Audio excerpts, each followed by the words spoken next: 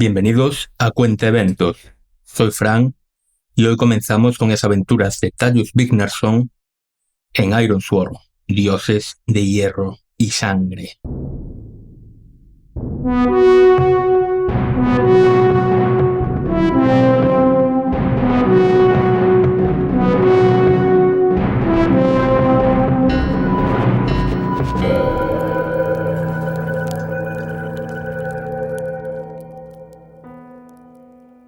Setara no sabe que nuestro padre ha muerto. Irónico que uno de los pensamientos que se pasaba por la cabeza a Tajus en ese momento fuera sobre su hermana. Quizá el fuego agitara recuerdos en él. Setara no sabe que nuestro padre ha muerto. Esa frase, insistente, repitiéndose como un mantra. Y otra cosa, unos versos que no reconoció al principio pero luego se dio cuenta.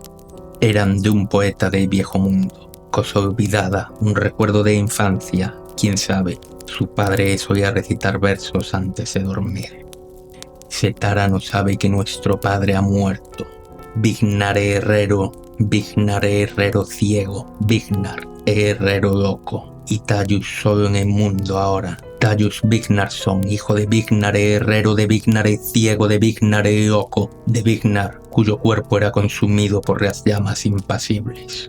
Recuerde, alma dormida, avive el seso y despierte, contemplando cómo se pasa la vida, cómo se viene a muerte, tan callando. Esos eran los versos.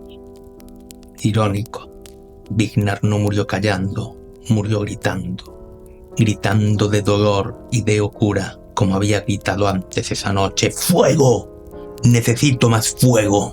Aquí tienes tu fuego, padre.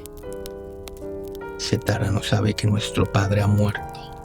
Absorto en el contemplar de las llamas, de la carne quemándose, de humo elevándose, Tajus no escuchó el ruido. No la primera vez, al menos, y la segunda tuvo más suerte. Solo un crujido, pero distinto al de la madera ardiendo. Era madera rompiendo. Alguien en el bosque. Tajus lo supo al instante. Y la gente de Swornbrook venían a por él, y el castigo para los pirómanos era severo. Ese era el destino de los hijos de Vignar. Setara sin saber de su muerte y Tajus sin tiempo para honrarle en su última pira. El segundo lo escuchó, ya estaban cerca. Con un movimiento rápido, Tajus cogió su zurrón con las escasas provisiones que había reunido cuando su padre lo había exhortado a acompañarle a la caída de anoche. Algo se le cayó al suelo, a la tierra calentada por las llamas funerarias, pero Tajus no tenía tiempo. Correr era la única opción que tenía, y Tajus corrió. Detrás, los ruidos se seguían, 3, tal vez 4, no eran un grupo grande, se habrían dispersado para cubrir más terreno, como aquella vez que el pobre de Thoran se perdió en el bosque. 6 años tenía, solo 6 años, y todo Swornbrook se había esparcido por las tierras salvajes como avispas al golpear el avispero. Ahora las avispas estaban tras él. Y Tajus corrió hasta quedarse sin aliento, corrió hasta que las piernas se abrían de dolor. Y pensaba en el pequeño Thoran. A Thoran le gustaba la espada de Tajus, siempre pedía que se la enseñara cuando volvía de sus viajes. Tajus, ¿por qué no le pides a tu padre que me haga una para mí? El pequeño Thoran no entendía. No entendía que ya no era seguro para su padre trabajar en la forja. Quizá no entendía su ceguera, quizá no entendía su locura. Al menos era de los pocos que no lo llamaba Vignar, el loco.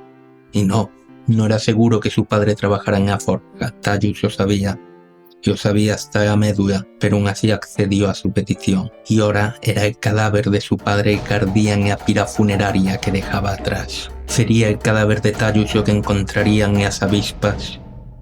Tajus tuvo que detenerse, no podía más. No había hecho un esfuerzo físico semejante desde... ¿Por qué siempre estaba su padre por medio? Recobró el aliento como pudo y se paró a escuchar. Nada. Solo el murmullo del bosque en esta tierra extraña. Pero aún lo seguían, de eso estaba seguro. Al menos ya no necesitaba correr.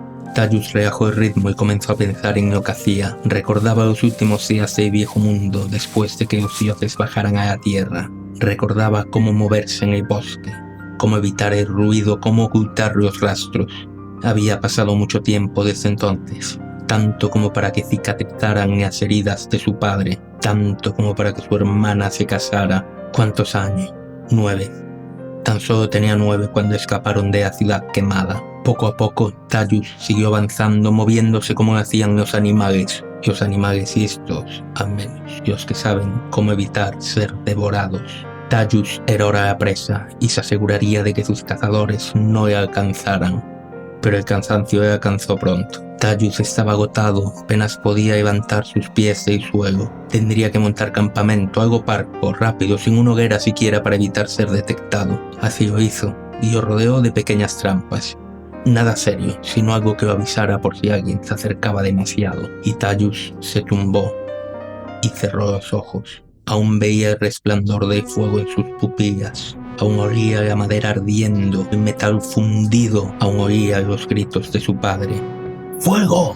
¡Necesito más fuego! El corte en su mano le seguía doliendo cuando cayó dormido y había hecho una promesa a su padre en su lecho de muerte. En la oscuridad de la noche, en la profundidad de la selva, no se permitiría ser atrapado. No podía hacerlo si quería cumplir su promesa.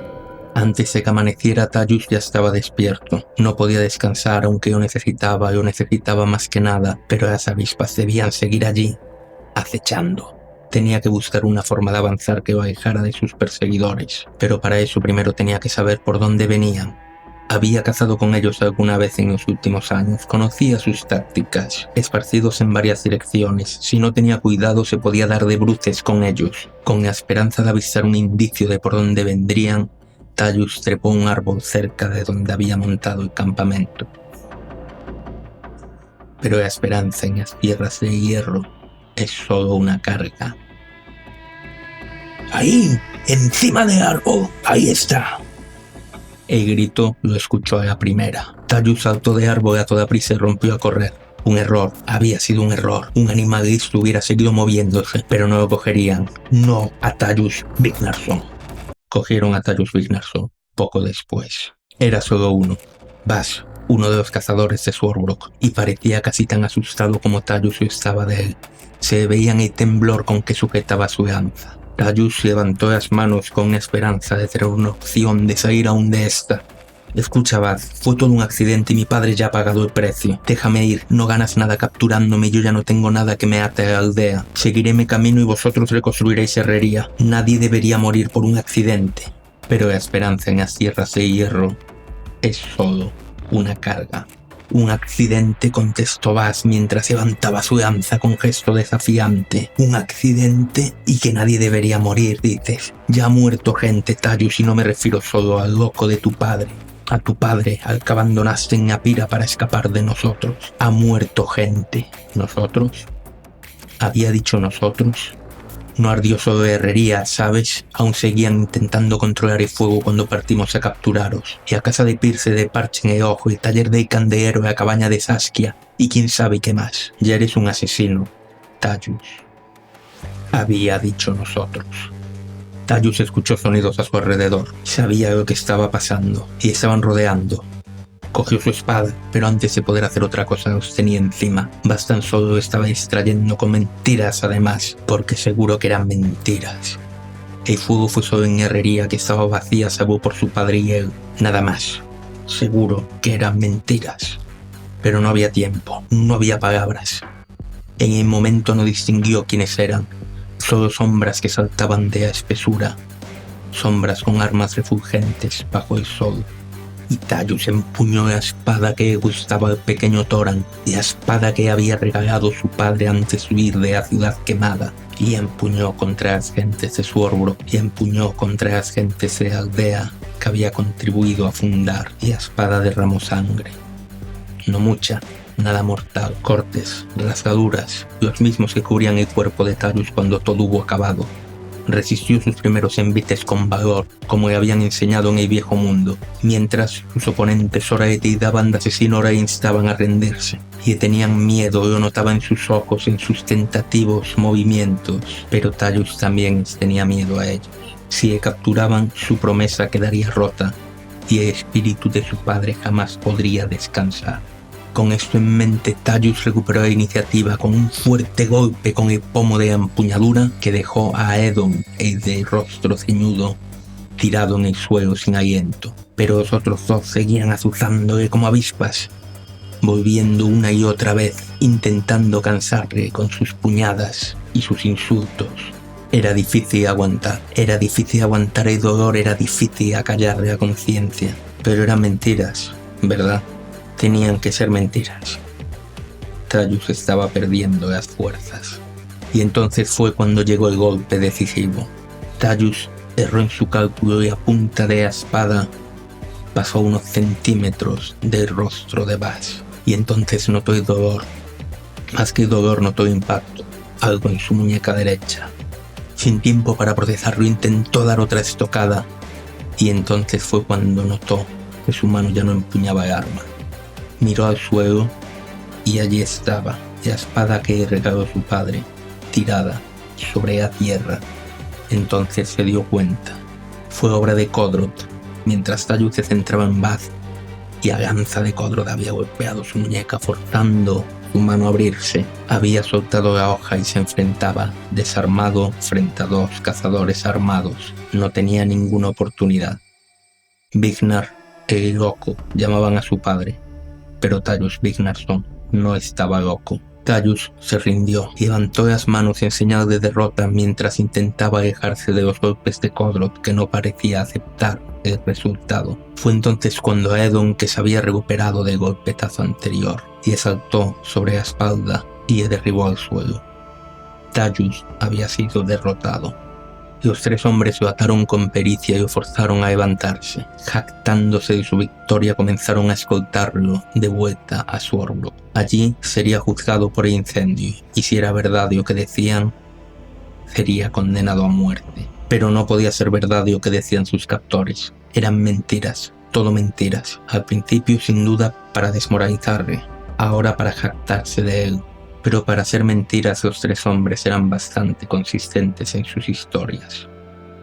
Al cabo de un tiempo, hasta las palabras cejaron. Baz lo escoltaba, agarrando fuertemente sus ataduras, mientras Aegon y Kodrot iban un poco más adelantados, murmurando entre ellos. Kodrot le mostraba a su colega la espada de Tallus, que había recogido del suelo poco después del combate. Kodrot nunca había caído bien a Tallus. Era un oportunista, un hombre sin principios. Y quizá un hombre sin principios era justo lo que necesitaba nuestro amigo en ese momento. Kodrot, dijo, alzando la voz, seguro que podemos llegar a un acuerdo. Y los tres hombres se pararon. No hay acuerdos que valgan con asesinos, espetó Baz. Otra vez esa palabra, esa mentira. Pensadlo bien, si me entregáis, tengo que ser juzgado. ¿Y qué pasa con las propiedades de quienes son encontrados culpables? Todos lo sabéis, todos hemos visto demasiados juicios desde que llegamos a las tierras de hierro. ¿Qué será de mi espada entonces? ¿Languidecerá en el almacén comunal o la venderán al mejor postor, al primer mercader que pase con unas monedas de más en su bolsillo? Ese no es destino apropiado para una espada. ¿Y qué destino es el apropiado para la espada de un asesino?, inquirió Kodrot, interesado, mientras dejaba que los rayos del sol refugieran sobre la hoja, aún manchada de sangre y de tierra. Una espada hay que ganarla en la forja o en el combate, pero nunca con monedas. Yo diría que alguien se ha ganado una espada hoy, dijo Tallus, y ese alguien no es un mercader cualquiera. Kodrot le observó con esos ojos de sapo que tenía. El resto permanecían en silencio. Como yo lo veo, tenemos tu espada y nosotros somos tres y tú solo eres uno, atado y desarmado. ¿Qué nos impide matarte a ti mismo? No puede haber juicio si nunca se encuentra culpable. Tienes razón, Kodrot, hijo de Fanir. Tallus sabía que la mención a su padre agitaría algo en su captor. No en vano, Fanir había sido uno de los guerreros más famosos del viejo mundo, un hombre de un honor tan profundo que decidió ir a batallar solo contra un gigante para cumplir una promesa realizada a los dioses. No puede haber juicio si nunca se encuentra culpable, pero matarme no sería algo bueno. Entonces, los asesinos seríais vosotros. Kodrot es asesino, Aegon es asesino, Baz es asesino, y ni mi espíritu ni el de mi padre descansarían en paz. Y la gente de Swordsbrook era supersticiosa. ¿Quién no lo sería después de todo lo que habían visto?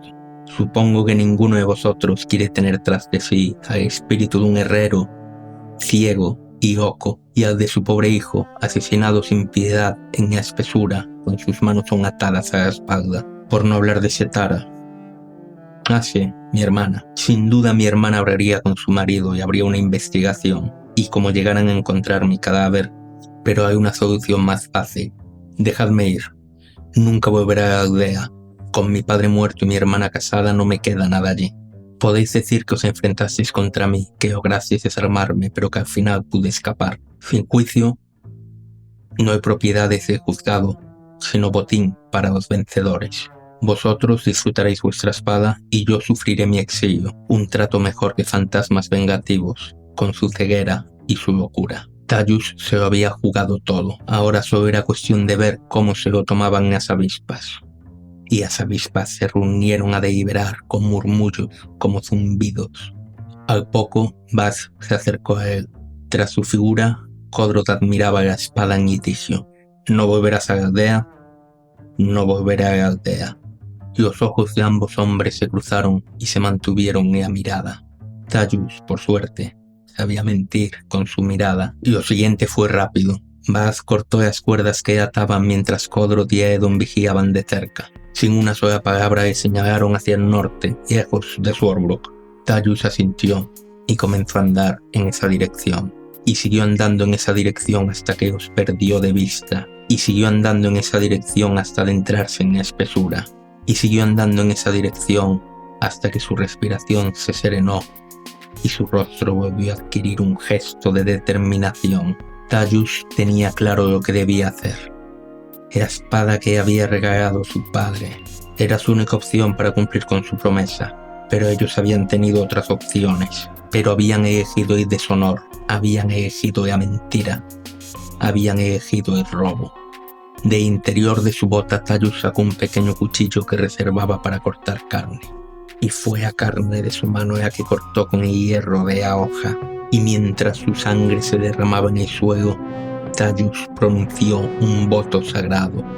Juro por mi sangre y la de mi hermana que recuperaré la espada de mi padre y daré caza a los hombres que me han robado. Pero Tallus sabía que aún no era el momento. Su pequeño cuchillo no era rival contra 3 lanzas y una espada. Debía recuperar fuerzas, debía conseguir armas, y ante todo tenía otro voto más importante que cumplir. Nuestro héroe se adentró en el bosque profundo, alejándose lo máximo posible de la aldea. Quizá aún le persiguieran otras patrullas y no se podía permitir que le dieran caza de nuevo.